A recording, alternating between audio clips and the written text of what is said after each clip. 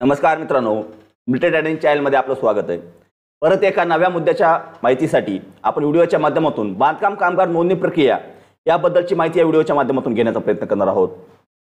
या बांधकाम कामगारांना राज्य शासनाने महाराष्ट्र इमारत व बांधकाम कामगार कल्याणकारी महामंडळाअंतर्गत विविध योजनांचा लाभ देण्यासाठी बांधकाम कामगार नोंदणीकृत असणे आवश्यक आहे। आता नोंदणीकृत बांधकाम कामगारांची नोंदणी ही सुरुवातीला स्वतः बांधकाम कामगार देखील करू शकत होते, परंतु मधील काही काळामध्ये यामध्ये बदल करण्यात आला आणि बांधकाम कामगार नोंदणी करण्यासाठी नवीन नोंदणी करण्यासाठी तालुका सेतू सुविधा केंद्रामध्ये जाऊन आपली नोंदणी करणे आवश्यक होते। त्यानंतर परत विविध संघटना तसेच राजकीय हस्तक्षेप करत यामध्ये बदल करण्याची मागणी करण्यात आली। त्यावर राज्य शासनाने परत नव्याने बदल केला, परंतु या बदल केल्यानंतर यामध्ये स्लॉट निवडण्याची प्रक्रिया उपलब्ध करून दिली।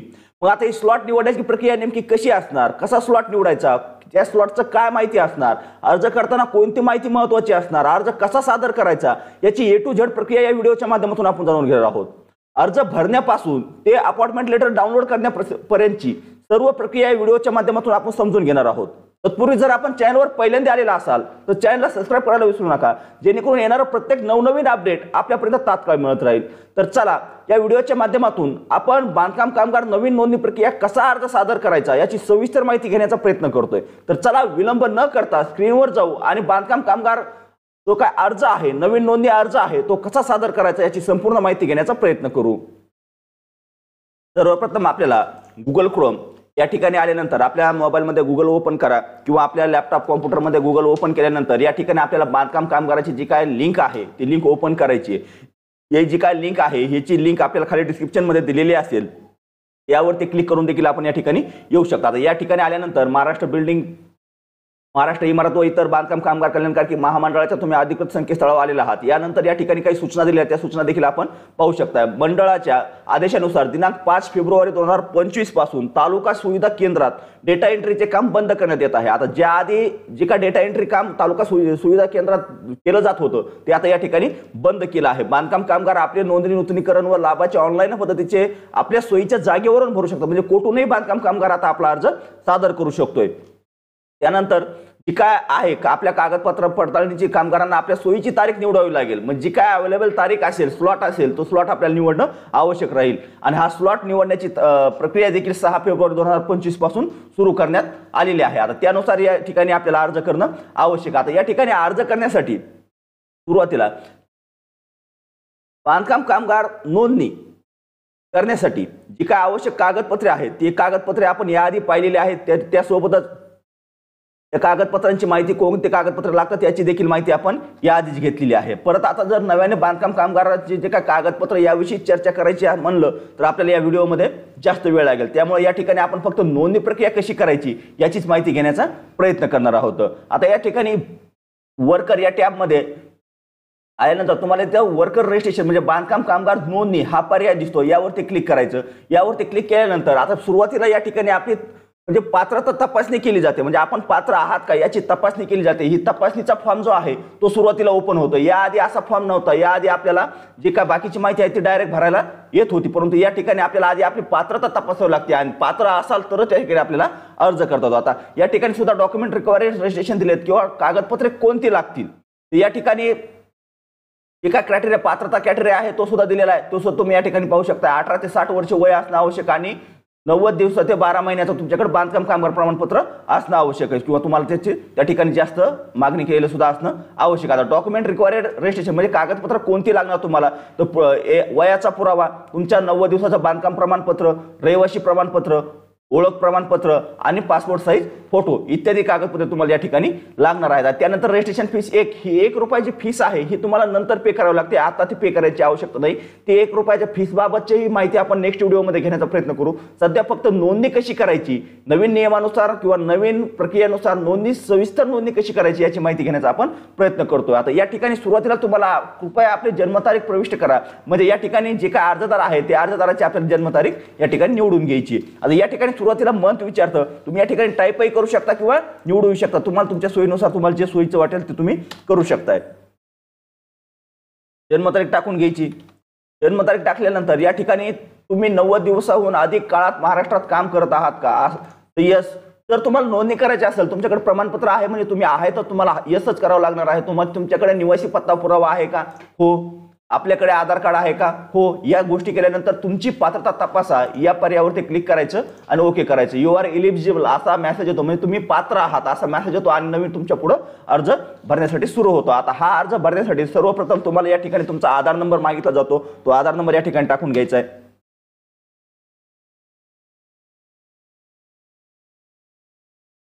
परत या ठिकाणी तुम्हाला मोबाईल नंबर मागितला जातो. तो मोबाईल नंबर या ठिकाणी एंटर करायचा आहे आणि प्रोसेस टू फॉर्म या पर्यायावरती क्लिक करायचं आहे. आधार नंबर आणि मोबाईल नंबर एंटर केल्यानंतर पुढे नेक्स्ट टू प्रोसीड केल्यानंतर आपल्यासमोर एक नव्याने फॉर्म ओपन होईल. या फॉर्ममध्ये आपल्याला माहिती विचारली जाते. आता या विचारलेली माहिती सर्व ज्या ठिकाणी जी माहिती विचारलेली ती व्यवस्थित या ठिकाणी टाकून घ्यायची. ज्यामध्ये आपलं पहिलं नाव विचारलेलं आहे, जसं आपल्या आधारवर नाव आहे त्या प्रमाणात या ठिकाणी नाव टाकून घ्यायचं आहे. आधारवरचं नाव टाकल्यानंतर जेंडर या ठिकाणी निवडणं आवश्यक आहे. त्यानंतर मॅरेज स्टेटस वैवाहिक स्थिती या ठिकाणी टाकून घ्यायची. त्यानंतर परत जन्मतारीख विचारता आपल्याला. आपली परत जन्मतारीख आपण सुरुवातीला एलिजिबिलिटीसाठी निवडली होती, या ठिकाणी आपण अर्जासाठी निवडतोय. परत आपल्याला आपली जन्मतारीख या ठिकाणी निवडावं लागेल. जन्मतारीख निवडल्यानंतर कॅटेगरी जी काय तुमची कास्ट असेल ती कास्ट निवडायची. त्यानंतर आधारनुसार तुमचा घराचा पत्ता जो काय पत्ता आहे तो पत्ता या ठिकाणी टाकणं आवश्यक आहे. जो आधारवर पत्ता आहे तोच पत्ता या ठिकाणी देखील देणं आवश्यक राहील. त्यानंतर आपलं स्टेट ऑलरेडी या ठिकाणी आलेलं असेल. जिल्हा निवडायचा आहे, तालुका निवडायचा. तालुक्यानंतर जे काय आपलं जवळील पोस्ट ऑफिस आहे, जे आपलं पोस्ट ऑफिस आहे ते पोस्ट ऑफिस आपल्याला या ठिकाणी निवडणं गरजेचं आहे. पोस्ट ऑफिस निवडून घ्या. पोस्ट ऑफिस निवडल्यानंतर तुम्ही जे काय या ठिकाणी माहिती देताय ती माहिती या ठिकाणी तुम्हाला सर्व जे का कुटुंबातील सदस्य आहेत त्या सर्व सदस्यांची माहिती या ठिकाणी जोडणं आवश्यक आहे. आता या ठिकाणी आपल्या कुटुंबातील माहितीत फक्त आई वडील पत्नी आणि पहिल्या 2 पाल्याची नावे भरावीत एवढीच माहिती या ठिकाणी यांनी विचारली किंवा तेवढीच माहिती या ठिकाणी आवश्यक आहे. तेवढीच माहिती आपल्याला द्यावी लागणार. आता या ठिकाणी तुम्ही पती पत्नी यांची आणि मुलांची माहिती जोडू शकता. आता ती माहिती जोडण्यासाठी या ठिकाणी तुम्ही आल्यानंतर इथं ॲड मोरवर क्लिक केल्यानंतर तुम्हाला एक टॅब ओपन होईल आणि प्रत्येक टॅबमध्ये तुम्हाला माहिती भरणं आवश्यक आहे. मी आता या ठिकाणी आधी माहिती भरून घेतो.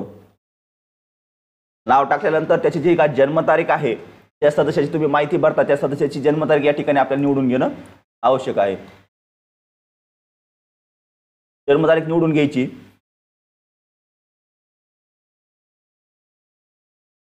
जन्मतारीख निवडल्यानंतर कोण आहे म्हणजे नातं काय आहे, अर्जदाराचे नातं काय आहे ते नातं या ठिकाणी निवडायचं आणि त्या जे काय अर्जदार आहे त्या अर्जदाराचा या ठिकाणी आधार नंबर एंटर करायचा आहे. आधार नंबर भरल्यानंतर परत या ठिकाणी त्याला नॉमिनी म्हणजे वारसदार करायचा आहे का असेल, ज्याला एकालाच वारसदार करतात एकाला कोणाला तर या ठिकाणी निवडून घ्यायचं. नंतर व्यवसाय काय करतो तो व्यवसाय या ठिकाणी टाकून घ्यायचा आणि शिक्षण काय झालेलं आहे ते शिक्षण सुद्धा या ठिकाणी निवडून घ्यायचंय.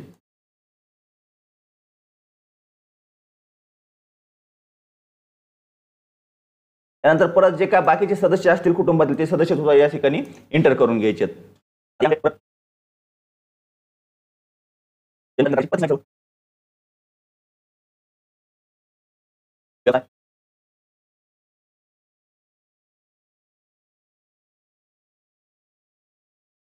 यामध्ये सर्व कुटुंबाची माहिती भरणं आवश्यक आहे, कारण कुटुंबातील जे काय तुमचं पाल्य आहे त्यांना जी काय शिष्यवृत्ती मिळते त्यासाठी आधीच या ठिकाणी तुमचा प्रत्येक खातेदार जो जोडलेला असणं आवश्यक आहे. तर तुम्हाला पुढील जो काय लाभासाठी अर्ज करायचा आहे तो अर्ज करता येतो. त्यामुळे प्रत्येक लाभार्थ्याचं या ठिकाणी माहिती भरणं आवश्यक आहे. जे काय तुमच्या कुटुंबातील सदस्य आहेत त्या सर्व सदस्यांची माहिती या ठिकाणी 3 असतील 4 असतील 5 असतील काय जेवढे सदस्य असतील तेवढ्या सदस्यांची या ठिकाणी माहिती भरून घ्या.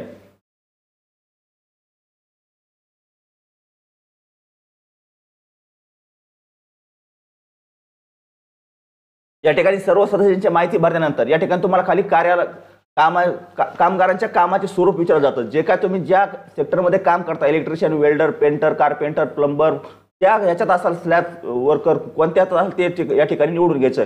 ऑल टाईप हेल्पर असाल तर हेल्पर सुद्धा निवडू शकता. त्यानंतर तुम्हाला सर्टिफिकेट कोणी जारी केलं आहे त्या जारी करणाऱ्या विभागाचं नाव या ठिकाणी निवडून घ्यायचं. ज्यामध्ये कॉन्ट्रॅक्टर असतील, डेव्हलपर असतील, जे काय असतील ग्रामसेवक, नाका कामगार काय असतील त्यांचं या ठिकाणी तुम्हाला निवडून घ्यायचं. त्यानंतर जावक क्रमांक जे तुम्हाला सर्टिफिकेट मिळालेलं आहे त्या सर्टिफिकेटचा जावक क्रमांक तुम्हाला या ठिकाणी जावक दिनांक आणि क्रमांक दोन्ही सुद्धा नमूद करणं आवश्यक आहे. आता जावक दिनांक या ठिकाणी नमूद करणं आवश्यक आहे.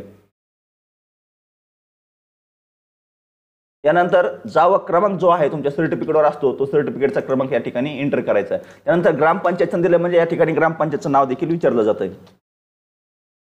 ग्रामपंचायतचा जिल्हा जो असेल तो या ठिकाणी निवडून घ्या। त्यानंतर तालुका जो असेल तो निवडून घ्या आणि पडताळणी केंद्र, आता हा महत्त्वाचा मुद्दा आहे की कृपया पडताळणीसाठी तुम्हाला भेट द्यायची असलेले योग्य तालुका केंद्र निवडा। जे केंद्र आहे तुमच्या तालुक्यात ते तालुका केंद्र निवडणं आवश्यक आहे आणि या केंद्रामध्ये आपल्याला मिळणाऱ्या तारखेला हजर राहून आपल्याला त्या ठिकाणी आपलं कागदपत्राची तपासणी करून घ्यायची। आता या ठिकाणी ऑप्शन आलेला आहे ते निवडून घेतो। तुमच्या तालुक्याचा ऑप्शन त्या ठिकाणी तुम्हाला दर्शवलं जाईल, त्या ठिकाणी तुम्हाला कार्यालय उपलब्ध असेल तेच कार्यालय या ठिकाणी दर्शवलं जाईल। त्यानंतर या ठिकाणी डॉक्युमेंट अपलोड करायचे। डॉक्युमेंट अपलोडमध्ये आधार कार्ड, आता आधार कार्ड अपलोड करण्यासाठी ऑलरेडी आधार कार्ड तुम्ही स्कॅन केलेलं असणं आवश्यक आहे। आता आधार कार्ड आणि आधार नंतर परत तुमचं 90 दिवस बांधकाम प्रमाणपत्र स्कॅन केलेलं PDF स्वरूपात असेल, JPG असेल, कोणतंही असेल या ठिकाणी चालतं, तुम्ही कोणतंही या ठिकाणी अपलोड करू शकता। 90 दिवस बांधकाम कामगार प्रमाणपत्र देखील अपलोड करायचे। आता हे कागदपत्र अपलोड झाल्यानंतर या ठिकाणी तुम्हाला click to load visit date, आता म्हणजे तुम्ही ज्या तारखेला तुम्ही त्या ठिकाणी तपासणीसाठी जाणार आहात ती तारीख निवडा असं या ठिकाणी आपल्याला पर्याय दिलेला। आता या ठिकाणी तारीख निवडण्यासाठी यावरती क्लिक करायचं आणि जे तुम्हाला स्लॉट दिसतात, आता जे काय लाल दिसतात ते लाल स्लॉट पूर्ण तुम्हाला सुट्टीचे आहेत।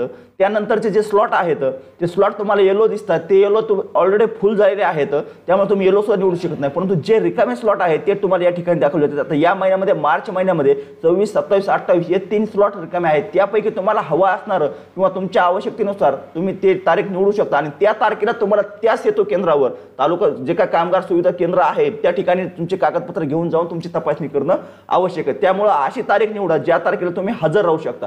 जर तुम्ही त्या तारखेला हजर राहिला नाही तर तुमचा अर्ज बाद केला जातो, हे लक्षात असू द्या। त्यामुळे त्याच तारखेला जर तुमचं जाणं शक्य होत असेल तीच तारीख निवडा, ती तारीख निवडून घ्या आणि तारीख निवडल्यानंतर या ठिकाणी जे काय तुम्हाला कन्फर्मेशन म्हणजे जी काय EMRT मागितलेलं आहे त्यावरती त्या टिक बारावरती क्लिक करायचं, सेल्फ डिक्लेरेशन द्यायचं आणि त्यानंतर सेव्ह या पर्यायावरती क्लिक करायचं। आता फॉर्म परत एकदा भरलेली माहिती जी आहे आपली ती परत एकदा सर्व माहिती तपासून घ्या, कारण माहिती जर चुकीची भरलेली असेल तर तुम्हाला अर्ज ज्यावेळेस व्हेरीफाय होणार आहे किंवा ज्यावेळेस तुमची कागदाची तपासणी होणार आहे त्यावेळेस तुम्हाला त्या ठिकाणी बाद करण्यात येईल। त्यामुळे भरलेली माहिती सर्व बरोबर आहे का ही सर्व एकदा तपासून पहा आणि सर्व माहिती बरोबर असेल, सर्व कागदपत्र व्यवस्थित अपलोड केली असतील तर त्यानंतर सेव्ह या पर्यायावरती क्लिक करा। सेव्ह या पर्यायावरती क्लिक केल्यानंतर तुम्हाला त्या ठिकाणी OTP पाठवण्याचा पर्याय दिला जातो। तुम्ही जो का नोंदणी करताना मोबाईल क्रमांक दिलेला आहे त्या मोबाईल क्रमांकावर एक OTP जातो, तो OTP या ठिकाणी आपल्याला इंटर करायचा। आता गेलेला OTP या ठिकाणी आपण इंटर करतोय, जो OTP आपल्या मोबाईल नंबरवर आलेला आहे तो OTP या ठिकाणी टाकून घेणं आवश्यक आहे। OTP टाकल्यानंतर व्हॅलिडेट OTP या पर्यायावरती क्लिक करा। व्हॅलिडेट OTP केल्यानंतर ॲप्लिकेशन सेव्हड असा आपल्याला मेसेज येईल। या मेसेजमध्ये आपला जो काय अॅक्नॉलेजमेंट नंबर आहे तो सुद्धा या ठिकाणी प्रसिद्ध केला जाईल आणि पोचपावती क्रमांक देखील या ठिकाणी म्हणजे जो काय पोचपावती क्रमांक आहे तो आपल्याला या ठिकाणी मिळेल। त्यावरती ओके क्लिक केल्यानंतर क्लिक प्रिंट बटन, या प्रिंट बटनावर क्लिक केल्यानंतर तुमचं जे काय अपॉइंटमेंट लेटर आहे ते अपॉइंटमेंट लेटर आणि तुमचे कागदपत्र घेऊन तुम्हाला ते काय संबंधित बांधकाम कामगार विभाग आहे त्या ठिकाणी जाऊन तुमच्या कागदपत्रांची तपासणी करून घेणे आवश्यक आहे। त्यामुळे हे अपॉइंटमेंट लेटर या ठिकाणी प्रिंट करून ठेवा, डाउनलोड करा, त्याची प्रिंट करा आणि प्रिंट करून ते अपॉइंटमेंट लेटर देखील तुमच्या सोबत असणं आवश्यक आहे त्या ठिकाणी जाताना। आता अर्ज कसा भरायचा, अर्जामध्ये कोणती माहिती भरणं आवश्यक आहे, अर्जाचं अपॉइंटमेंट लेटर कसं काढायचं याची सविस्तर माहिती आपण या व्हिडिओच्या माध्यमातून घेतली। परंतु याच्या व्यतिरिक्त आपल्याला अर्ज करताना काही अडचणी येत असतील, काही समस्या येत असतील, काही त्रुटी असतील तर कमेंटच्या माध्यमातून, टेलिग्राम चॅनलच्या माध्यमातून, व्हॉट्सअप ग्रुपच्या माध्यमातून कुठूनही आमच्याशी संपर्क साधा, आम्ही आपल्याला नक्कीच मदत करण्याचा प्रयत्न करू। दिलेली माहिती जर खरंच महत्त्वाची वाटली असेल, आवडली असेल, फायद्याची वाटली असेल तर व्हिडिओला लाईक करायला विसरू नका आणि अशा नागरिकांपर्यंत हा व्हिडिओ शेअर करा ज्यांनी अद्यापपर्यंत आपली बांधकाम कामगार नोंदणी, बांधकाम कामगार असताना देखील आपली नोंदणी केली नाही, अशा नागरिकांपर्यंत हा व्हिडिओ शेअर करायला विसरू नका। तर चला आजच्या व्हिडिओमध्ये एवढीच माहिती, भेटूया नेक्स्ट व्हिडिओमध्ये नेक्स्ट पॉईंट सोबत। धन्यवाद।